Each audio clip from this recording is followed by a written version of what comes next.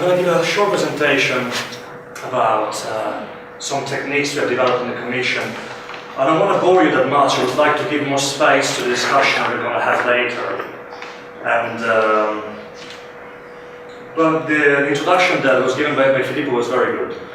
Why is that? Because it addressed already one issue, which is how we can communicate to our target audience. Sorry, Karina, am I sending to our target audience? We have a quite diverse target audience. We have, with the entry of Croatia, we have over 500 million citizens scattered all over the Union, from the most central to the most remote areas, and communicating in 28 languages, communicating in regional languages, and using different platforms according to the popularity of the platforms in their countries. You know, Twitter might be popular in Italy, in Spain, but still it's not that popular in Eastern Europe. And for instance, also in a big country like Germany, many institutions still don't use it as an engagement tool. Then, yes, well, I am a data analyst. This is what my business card says, and I like to talk in terms of numbers and case studies. So I want to talk about two main things today, and I'm going to do that by showing you some of our most successful posts. And then, if you have more questions about the post that didn't work, we can do it privately, but let's not publicize it too much. The first thing I want to talk about is audience segmentation. That sounds really boring, the word audience segmentation, so let's translate this. Audience segmentation basically means understanding through analysis where people are on social media, how they interact, what kind of content they look for, and what kind of content they share. And it's simply by understanding this mechanism that we can figure out how we can address our audiences in the most direct and adequate way. And you know, you can translate audience segmentation as listening. We have to listen to how people behave. And it's just after that, it is one, right? That we can react accordingly. We can tailor-make our content to suit the platform and to exactly try to make people, you know, Facebook, Twitter, what are they? They're simply newspapers, and you decide what kind of information, what kind of content you're going to receive. You cannot escape that. They're going to make that choice. And it's just by audience segmentation that you can figure out how to be part of these tailor-made newspapers. So as I said before, we have a quite diverse audience all around the Union. And the challenge for us is to identify where they are and how they behave. So let me give you a few case studies. Basically, what did they do? We made a review of the content that worked for the Commission in 2013. It was quoted by The Guardian, so we thought people liked it. And we're going to show you the content that for us worked best. Let's have a look at Twitter first. This tweet was the most successful tweet in terms of retweets published by the European Commission in 2013.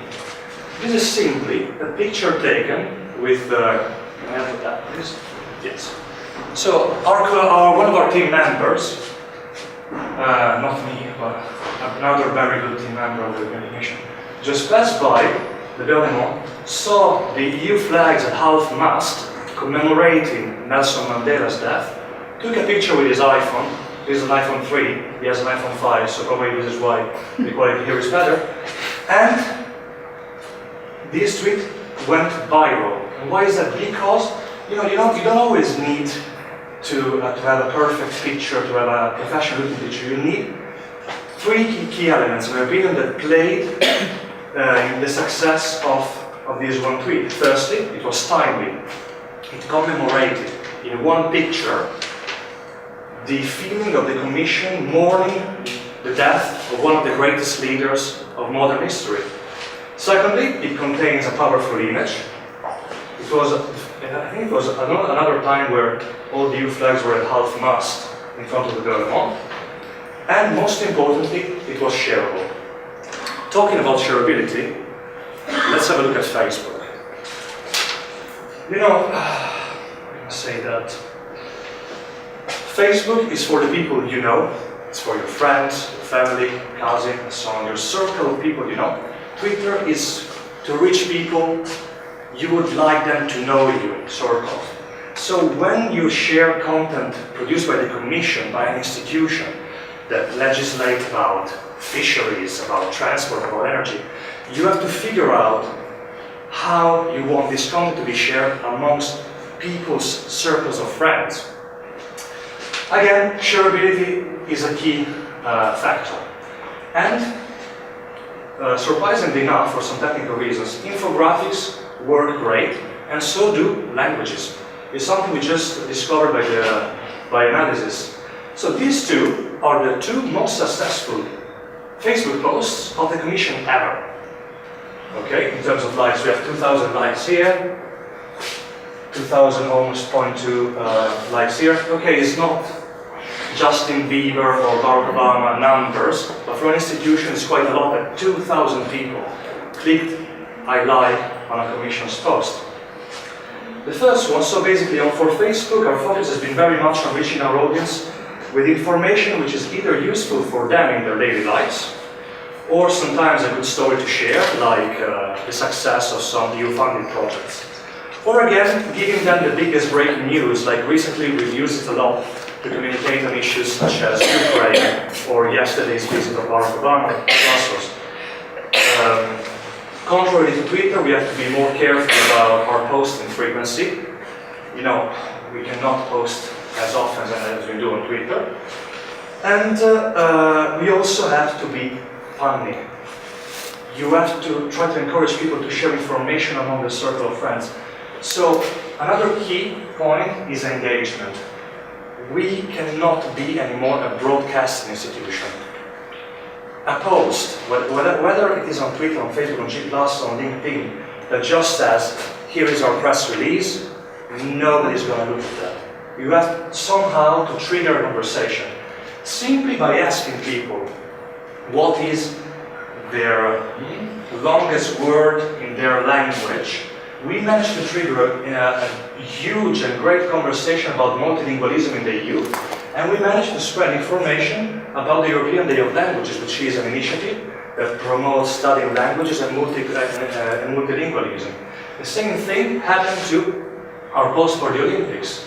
Simply by asking people, do you know any other words apart from Olympics that come from ancient Greek? We managed to raise awareness about our interpretation services, which is not something easy. It's not something that people want to talk about on Facebook, but we managed and it was successful. Talking about powerful images again, this is my favorite part. We have 1 million followers either today or tomorrow. I'm counting them. And this is because of two main reasons. The first one is community. When you talk about G+, which is still a platform that many people are discovering at the moment, you always hear this word by famous communication consultants and gurus and so on, is the G+ community is great. Why is it so great? I don't think it's great. I think what they do is they are keen on talking about innovation, research, creativity, and they have created their own community. The Commission has a lot of such content. This is why this platform became so successful for us. We are listed always as the top engaging institution worldwide, simply because we managed to understand how the community of this platform worked, and we tailored our content according to the community.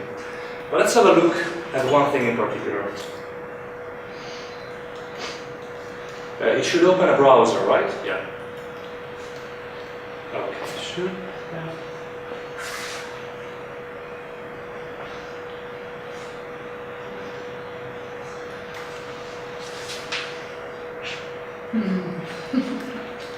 We needed to spread information about the fact that you can have a European passport for your pets. How can you share such boring information? Simply with a funny GIF. So in this case, I think it got over 600 plus 200 shares.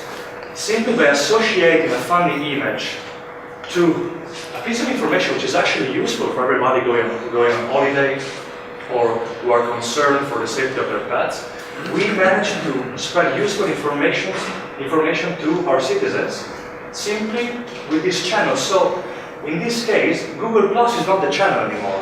It's fun. Fun becomes the channel through which you share your content. And the second one I want to give you. How do I go back to the presentation?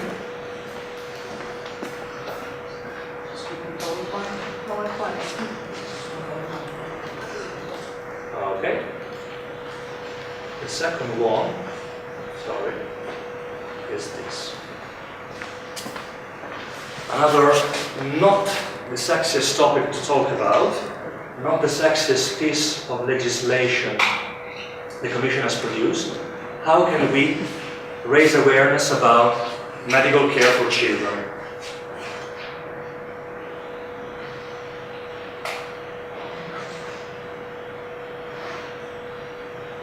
Okay, as simple as that. So, I know that the Parliament have a way better presentation, it's flashier, and this is it for the things I wanted to talk about. We are present on, oops, we are present, oh no, this is the browser, so I go back to PowerPoint. 10 minutes, 25 seconds. So my timer worked. Okay, I suppose if you have any questions, you can discuss them later. Thank you very much.